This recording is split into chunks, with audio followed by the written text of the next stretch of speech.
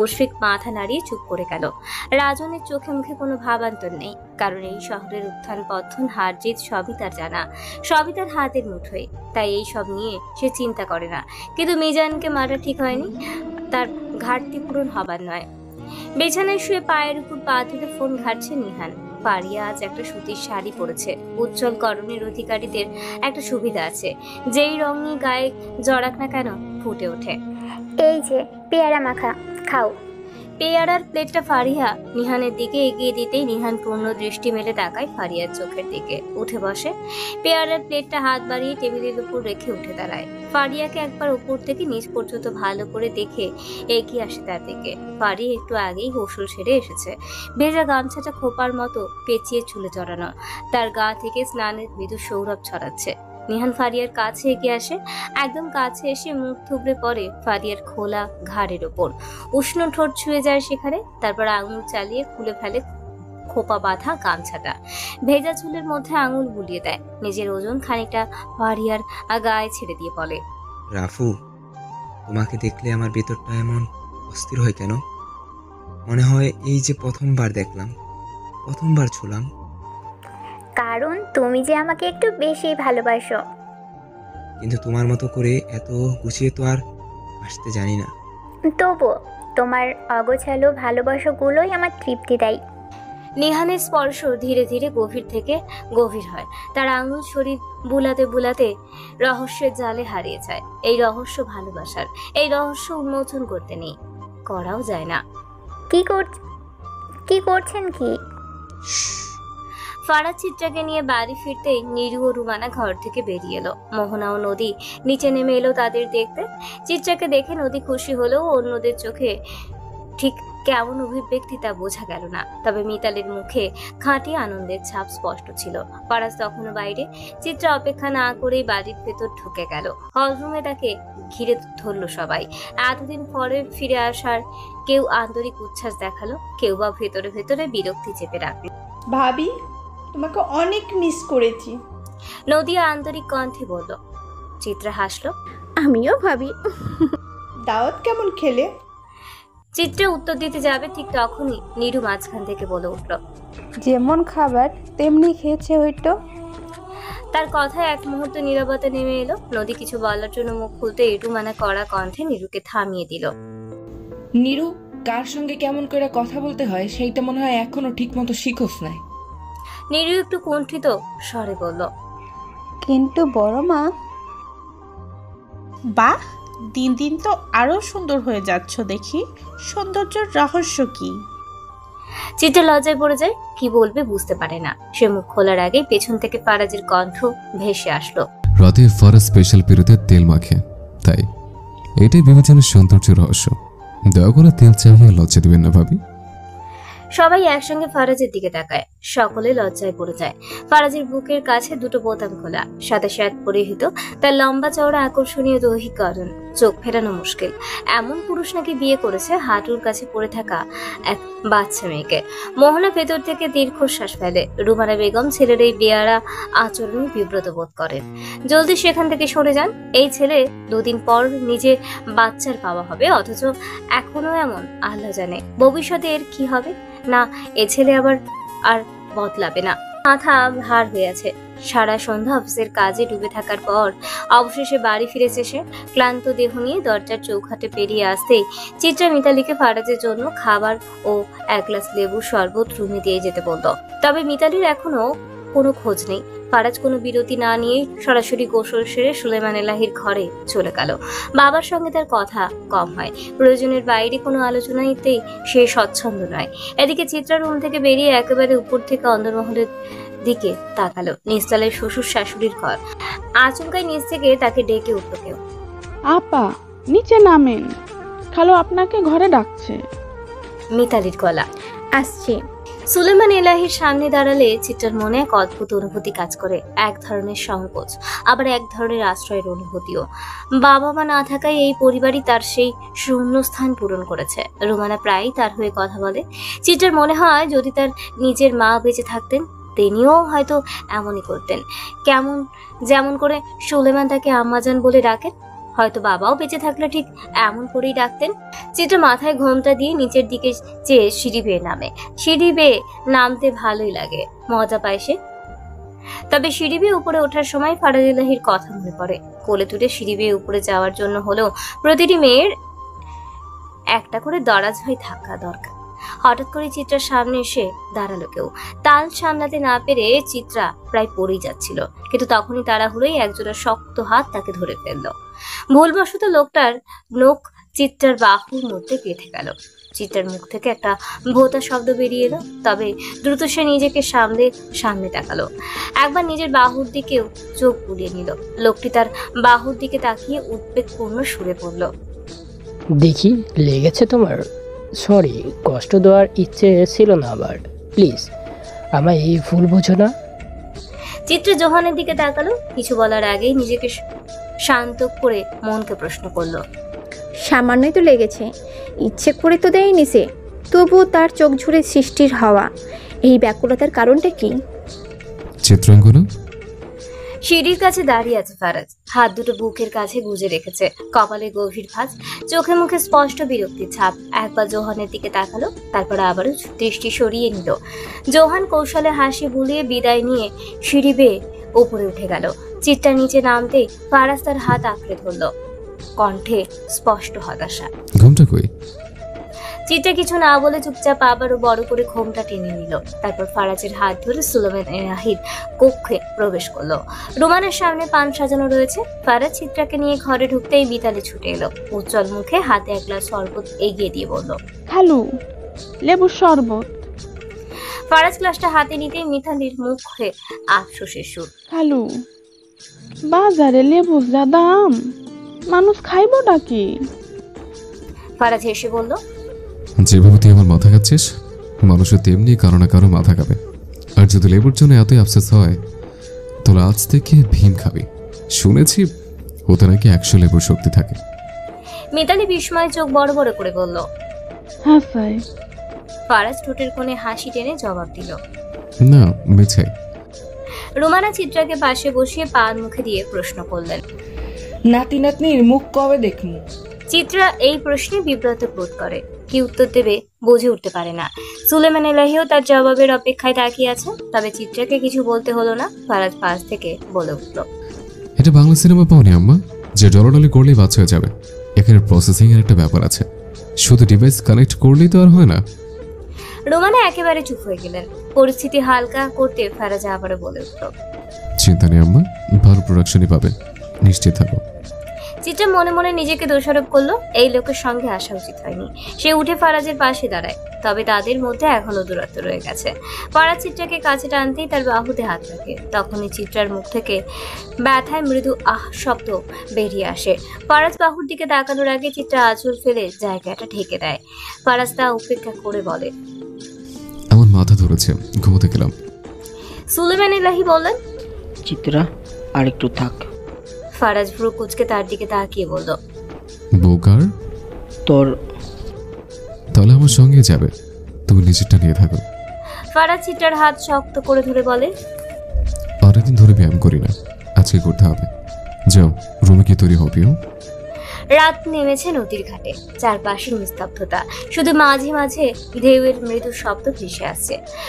আকাশে অগণিত তারা জ্বলজ্বল করছে, মাঝে মধ্যে ভেসে আসছে কোনো নাম না জানা রাত পাখিটা। দূরে বেদেদের ঝুপড়িগুলোতে তেলের কুপির মৃদু আলো তুলছে বাতাসে। নদীর উপর সেই আলো প্রতিফলিত হয়ে এক অদ্ভুত রহস্যময় আবহ তৈরি করেছে। সোহান বসে আছে ঘাটের ধারে, গায়ে এলিয়ে দিয়েছে একটা কাঠের নৌকার গায়ে। চোখে তার অনির্বচনীয়তা, হয়তো সে কিছু খুঁজছে, অথচ কি খুঁজছে তা নিজেও জানে না। রাতে নীরবতায় কখনো কখনো ঝুপড়ির দিক থেকে হাসির শব্দ ভেসে আসছে। বেদেদের কেউ হয়তো কোনো পুরনো গল্প বলছে, কেউ গানের সুর তুলেছে।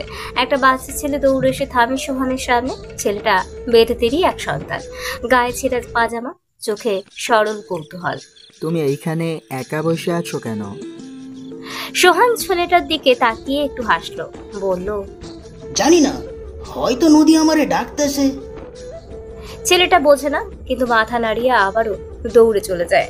সোহান এবার আর কেউ নয়, তবুও তার কথায় এদের জীবন চলে। বিনা কারণেই এই বেদেদের দায়িত্ব দিয়েছে। কারোর ছেলে মেয়েকে স্কুলে পাঠায়, কারোর অভাবে পাশে দাঁড়ায়, কারোর বিপদে দেয় মাথার ছায়া।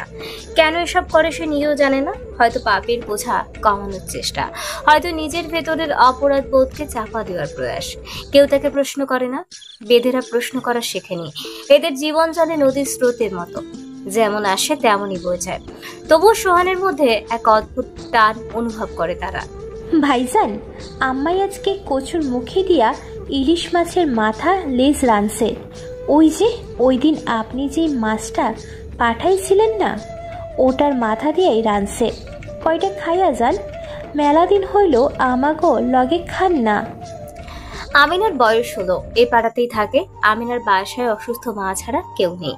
সোহান যেদিন আমিনার কথা শুনছিল সেদিন বেশ কিছুক্ষণ তাকিয়েছিল তার দিকে।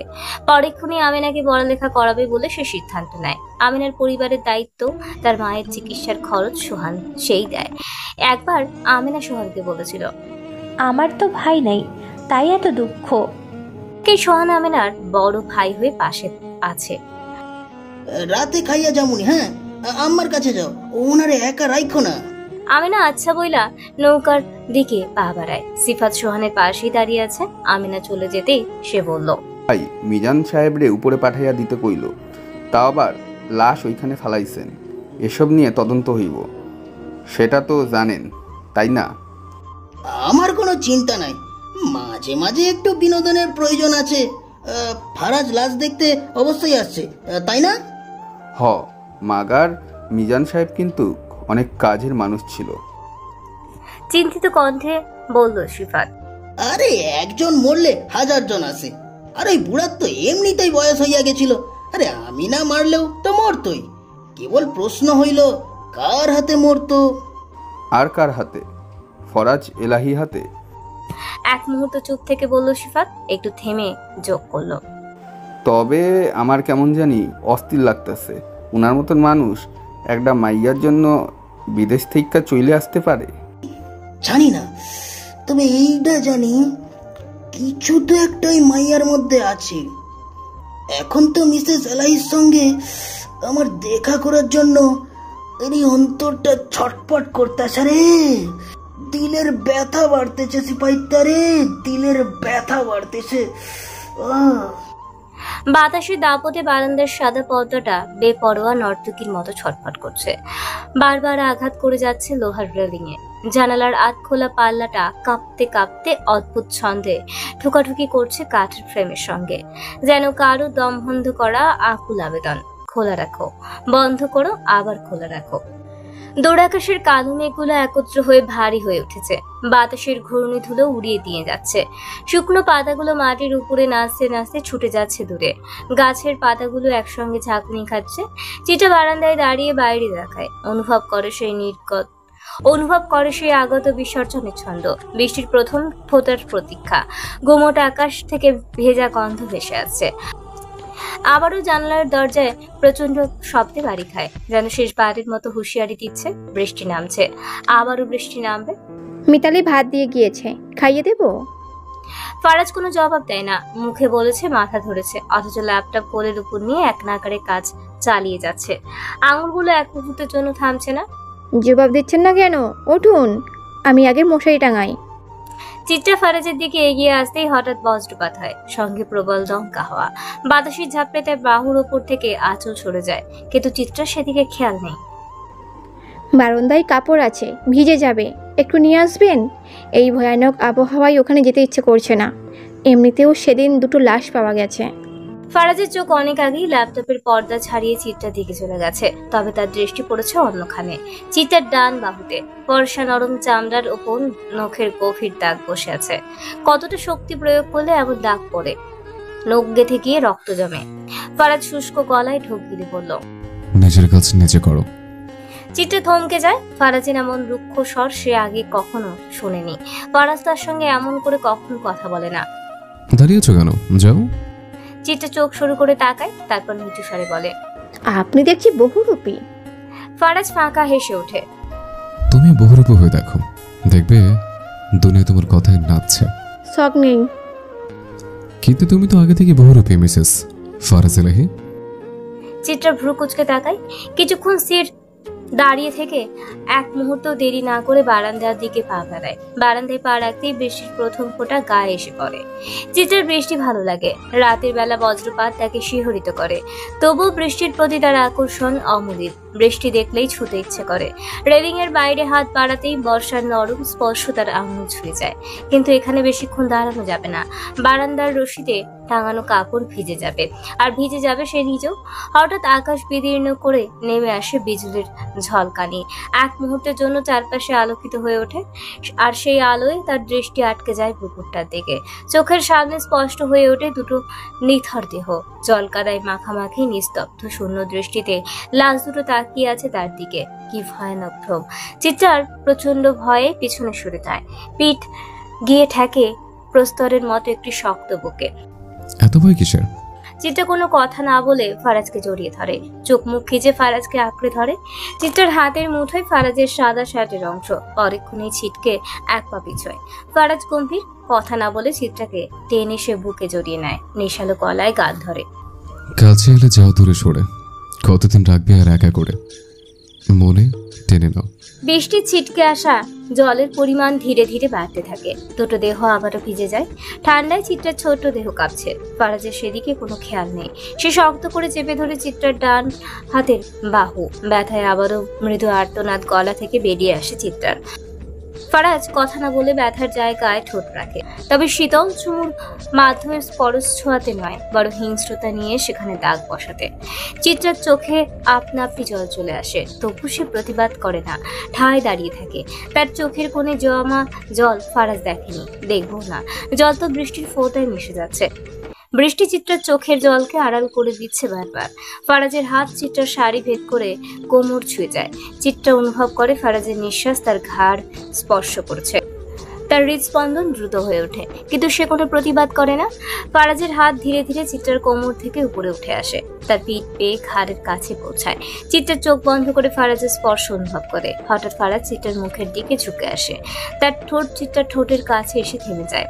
চিত্রা চোখ খুলে ফারাজের চোখের দিকে তাকায়, সেখানে এক অদ্ভুত আকর্ষণ দেখতে পায়। ফারাজ ধীরে ধীরে চিত্রার ঠোঁটে চুমু খায়, তাদের মধ্যে গভীর সম্পর্কের সূচনা হয়। আধো ভেজা শরীরেই ফারাজ চিত্রাকে কোলে তুলে নেয়, বারান্দা থেকে বেরিয়ে রুমে এনে বিছানায় শুয়ে দেয়। গায়ের পানিতে বিছানা ভিজে যাচ্ছে, তবু কারোর খেয়াল নেই সেদিকে। চিত্রার সারা শব্দ নেই, শুধু শ্বাস প্রশ্বাসের আন্দোলন বাড়ি খাচ্ছে ফারাজের কানে। ফারাজের তৃষ্ণাত্ম ঠোঁট জোড়া প্রেয়সীর সংস্পর্শে এসে নিয়ন্ত্রণ হারায়। দুজোড়ার ঠোঁট কম্পিত হয় গভীর আলিঙ্গনে। চিত্রার বাধা দেওয়ার ধারা নেই, তারাগুলো আজ কোথাও গুম হয়েছে। চিত্রা নিজের আবদার বোঝাতে তা হাতে হাত মিলিয়ে জড়িয়ে ধরেছে ফারাজকে। সময় পেরিয়ে যায় বেশ কিছুক্ষণ। বজ্রের শব্দে কেঁপে ওঠে চিত্রা। ফারাজ তাকে পরম আদরে গভীর আলিঙ্গনে আবারও জড়িয়ে ধরে। মেয়েটার ঘাড়ে, গালে, গলায় উষ্ণ স্পর্শে বেসামাল করে তোলে। হঠাৎ করেই ফারাজ চিত্রার ওপর থেকে নিজের ভারী দেহটা উঠিয়ে নেয়। চিত্রার সাহস নেই ওই নেশাভরা চোখের দিকে তাকানো। সে তাকায় না। ফারাজ গা থেকে ভেজা শার্ট খুলে নিচে ছুঁড়ে ফেলে। পরনে এখন কেবল তার কালো ট্রাউজার। তাকাও তাকাও আমার দিকে। চিত্রা তাকায়। ফারাজ চিত্রার হাত নিজের বুকের উপর রাখে। চিত্রা ফারাজের অনাবৃত বুকে আঙুলের ছোঁয়া দিতে ফারাজ তার হাত ধরে নেয়। সে চিত্রার উপর ঝুঁকে পড়ে। শিওর তো? না হলেও আজকে ছাড়ছি না। চিত্রা জবাব দেয় না। ফারাজ গম্ভীর গলায় বলে, নীরবতা কিন্তু সম্মত লক্ষণ আগন সুন্দরী। ফারাজ আরেকবার চিত্রার বাহুর দিকে তাকায়, তারপর কানের কাছে এসে ফিসফিস করে বলে, তোমার এই নাম, এই শরীর, এই মন কেবলই আমার। এখানে অন্য পুরুষের প্রবেশ নিষিদ্ধ। যদি কেউ প্রবেশ করার চেষ্টা করে, কসম বউ, ধ্বংস করে ফেলবে সব। আমাকে খুলে আমার সুযোগ করে দিও না। ফারাজ ক্রমশ অসংলগ্ন হয়ে উঠল। চিত্রা আবিষ্কার করলো অন্যরকম ফারাজকে। সে প্রতিটি স্পর্শে ভালোবাসা জানান দিতে উঠে পড়ে লেগেছে। গলায়, ঘাড়ে এলো পাথারি চুমুগুলো কামড়ে রূপান্তরিত হচ্ছে। যত্নে পরা শাড়িটা ফারাজ কোথায় ছুঁড়ে মেরেছে কে জানে। দুটি দেহের সন্ধিক্ষণে ফারাজের বেপরোয়া ভাব বাড়তে থাকে, ক্রমশ বাড়তে থাকে। সকাল 8:30। ঘরের জানালা ফাঁকা থাকায় সোনালি রোদ্দুর এসে বিছানায় পড়েছে। উষ্ণ আলোর স্পর্শে চিত্রার ঘুম ভেঙে যায়। চোখ মেলে দেখে শরীরের উপর সাদা কম্বল টানা। একটু নড়ে চড়ে পাশ ফেরার পরই টের পায় বিছানার ওদিকটা ফাঁকা, ফারাজ নেই। চিত্রার কপাল ভাঁজ পড়ে। এত সকালে তো তার ওঠার কথা নয়। দেওয়াল ঘরের দিকে তাকিয়ে সময়টা নিশ্চিত হয় সে। হঠাৎ এত দেরি হয়ে যাওয়ার অনুভূতি তাকে তাড়াহুড়ো করতে বাধ্য করে। দ্রুত উঠে চুল খোপা করে বাঁধে। তারপর চোখ যায় টেবিলের দিকে, সেখানে রাখা একটি লাল গোলাপ, পাশে একটু চিরকুট। চিত্রার ভ্রু কুঁচকে যায়। গোলাপটা নাকের কাছে নিয়ে শুকে নরম একটা মন ভালো করার মতো গন্ধ। তারপর চিরকুটটা খুলে। শুভ সকাল প্রিয় ফুল। চিত্রা মুচকি হাসে। সে ফুল, এই ফারাজটাও না একটা আজব লোক। চিত্রা আড়ম্বর ভেঙে খাট থেকে নামতেই ঘরের দরজায় কেউ একজন কড়া নাড়ে। চিত্রা গা থেকে কম্বল ছড়িয়ে দেখে অবস্থা খুব একটা সুবিধার নয়, তাই সে জলদি ওয়াশরুমে যাবে বলে ঠিক করে। কিন্তু তার আগেই মিতালির রুমে ঢুকে যায়। চিত্রা ততক্ষণে গায়ে শাড়ি জড়িয়ে নিয়েছিল। আপা খালু আপনারে জলদি তৈয়ার হইতে কইছে, তার প্যারাজ আছে আপনার জন্য। আমার জন্য? হ্যাঁ, আপনার কোনো সাহায্য লাগবো? দেন আমি সাহায্য করি, বিছানাটা গুছাইয়া দেই। তুমি যেতে পারো। আচ্ছা। আয়নার সামনে গিয়ে দাঁড়ায়। লজ্জায় তার মুখ লাল হয়ে আসে। ঈশ্বরে, গলাটা দাগে জর্জরিত। এসব নিয়ে নিচে কি করে যাবে? মিতালি চলে যাওয়ার জন্য পা বাড়াতেই চিত্রা তাকে ডাকে। সাহায্য করতে পারবে? আর আজকে দুদিনের মধ্যে এক জরুরি কাজে ঢাকা যেতে হবে। সকাল সকাল সে হলরুমের সোফায় বসে ফাইল খাচ্ছে। পাশেই অভ্র ক্লান্তিতে প্রায় আধমরা হয়ে পড়েছে। এতক্ষণ ধরে কাজ করতে করতে তার ধৈর্যের বাঁধ ভেঙে যাচ্ছে। অথচ ফারাজের চোখে কোনো দয়া নেই। হলরুমের একপাশে রাজন আর রোশন বসে আছে। জোহানা এখনো এসে পৌঁছায়নি। অভ্র একসময় আর সহ্য করতে না পেরে হতাশ স্বরে বলল, ভাই আর কতক্ষণ কাজ করতে হবে? এটা বাসা বাড়ি, আপনার অফিস না। ফারাজ চোখ তুলল না। ফাইলের পাতা উল্টে যেতে যেতে সংযত কণ্ঠে বলল, ওহে কুদ্দুসের বাপ, আমি অন্ধ নই, আর আমার চোখ দুটো জনগণের ব্রেনের মতো, পেছনে না। অভ্র সহ্য করতে পারল না। উঠে দাঁড়িয়ে বিরক্তির সঙ্গে বলল, তো ওঠেন, আমি আর কাজ করতে পারবো না, ক্ষুধা লেগেছে। বাল চাল না খেয়ে দেন আগে আপনার মাথাটা খাই। ফারাজ এবার ধীরে সুস্থে ফাইল বন্ধ করলো। তারপর শান্ত গলায় বলল, সকাল সকাল মুখ খুলতে চাচ্ছে না অভ্র। এমনিতেই ফারাজ এলাহির দোষ বেশি। কথা আছে না, গু খায় সব মাছে আর দোষ পরে পাঙ্গাসের। বাড়ির বউয়েরা সকলে কাজে ব্যস্ত।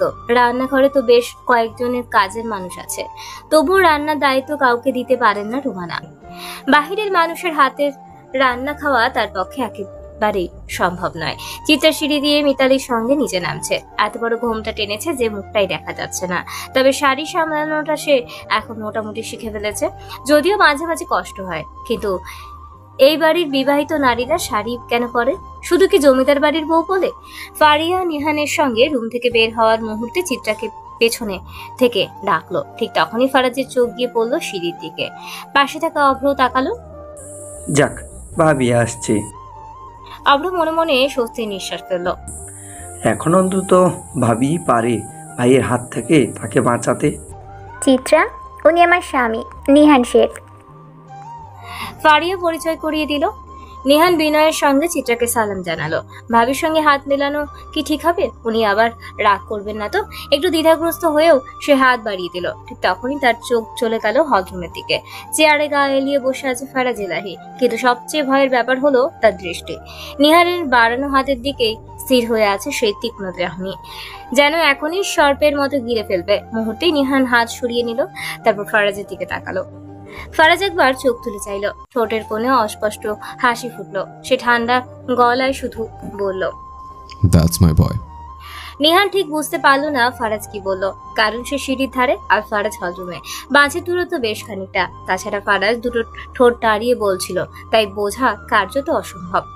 চিত্রা নিচে নেমেই সোজা রান্নাঘরে চলে গেল। নীরু সেখানে দাঁড়িয়েছিল। মোহনা চিত্রাকে দেখেই বলে উঠল, বিয়ের প্রথম প্রথম একটু দাগ তো হবেই, এত লুকোনোর কি আছে? কই, আমি তো এখনো লুকোই না। ভালোবাসা লুকিয়ে লাভ কি? ভালোবাসার চেয়ে ভালোবাসা দেখাতেই মজা বেশি। চিত্রা মোহনের কথার অর্থ বুঝতে পারল না। এবারের মানুষের বেশিরভাগ কথাই তার মাথার উপর দিয়ে চলে যায়। সে কিছু বলার আগেই নীরু পাশে এসে খোঁজা দিয়ে বলল, বুঝলেন না ভাবি, এত বড় ঘুমটা দিয়েছে যাতে সবার নজরে থাকতে। মোহনা বিরক্ত হলো। এই মেয়েটার কথাবার্তা দিনকে দিন সীমা ছাড়াচ্ছে। যখন তখন চিত্রাকে খোঁচা মারা যেন তার স্বভাব হয়ে গেছে, অথচ সে কি এখনো ফারাজকে ঠিক মতো চিনে না? জেনে বুঝে আগুন নিয়ে খেলার কোনো মানে হয় না। পরিণাম তো এখানে শেষ পর্যন্ত সেই নারীকেই আগুনে পুড়ে ছাই হতে হয়। মোহনা শ্বাস ছাড়লো, মনে মনে শুধালো, পুরুষ হচ্ছে অহংকার, নারী ধ্বংস মন্ত্র, কখনো বা কেড়ে নেয়, কখনো বা ষড়যন্ত্র। রান্নাঘর থেকে চিত্রা চায়ের ট্রে নিয়ে বের হয়। ট্রেতে সবার জন্য চা রাখা। চায়ের ভার সামলাতে গিয়ে মাথার কাপড় সামলানো কঠিন হয়ে পড়েছে। ফারাজ কাজ থামিয়ে চিত্রার দিকে তাকিয়ে থাকে। কেন তাকিয়ে আছে নিজেও জানে না। এই ট্রে ওর হাতে কে দিল? হয়তো সেই প্রশ্নটা মাথার ভেতর ঘুরপাক খাচ্ছে। তবুও চুপচাপ বসে দেখছে সব। চিত্রা রাজনের দিকে চা নিয়ে এগোতেই ফারাজ আর বসে থাকতে পারে না। দ্রুত উঠে চিত্রার আগে গিয়ে সোফায় বসলো। পায়ের উপর পা তুলে। ইতিমধ্যে সুলেমান এলাহি আর জুনায়েদ এলাহিও এসেছে। আসেনি শুধু জোহান। ওরা তো দেরি হচ্ছে কেন? চিত্রা টেবিলের উপর ট্রে রেখে প্রথম চায়ের কাপটা সুলেমান এলাহির দিকে এগিয়ে দিল। ঠিক তখনই অভ্র এসে বসলো। সংকেত ছিল জোহান। চিত্রা একবার জোহানের দিকে তাকালো। তার ডান বাহুতে মোটা ব্যান্ডেজ বাঁধা। ভ্রু কুচকে সে কাপ হাতে তুলে নিল এবং পরের কাপটি জুনায়েদকে এগিয়ে দিল। ফারাজ কেবলই চিত্রার দিকে তাকিয়ে আছে, তার দৃষ্টি নিবদ্ধ। চিত্রা যখন রাজনের দিকে চায়ের কাপ বাড়িয়ে দিল, তখন সে সামান্য ঝুঁকলো। সেই মুহূর্তে রাজনের চোখ পড়লো তার পেটের দিকে, যেখানে কাপড়ের ভাঁজ সরে গিয়ে একটুখানি ত্বক দৃশ্যমান হয়ে উঠেছে। তবে সেই দৃষ্টি এক মুহূর্ত স্থির হতে পারল না।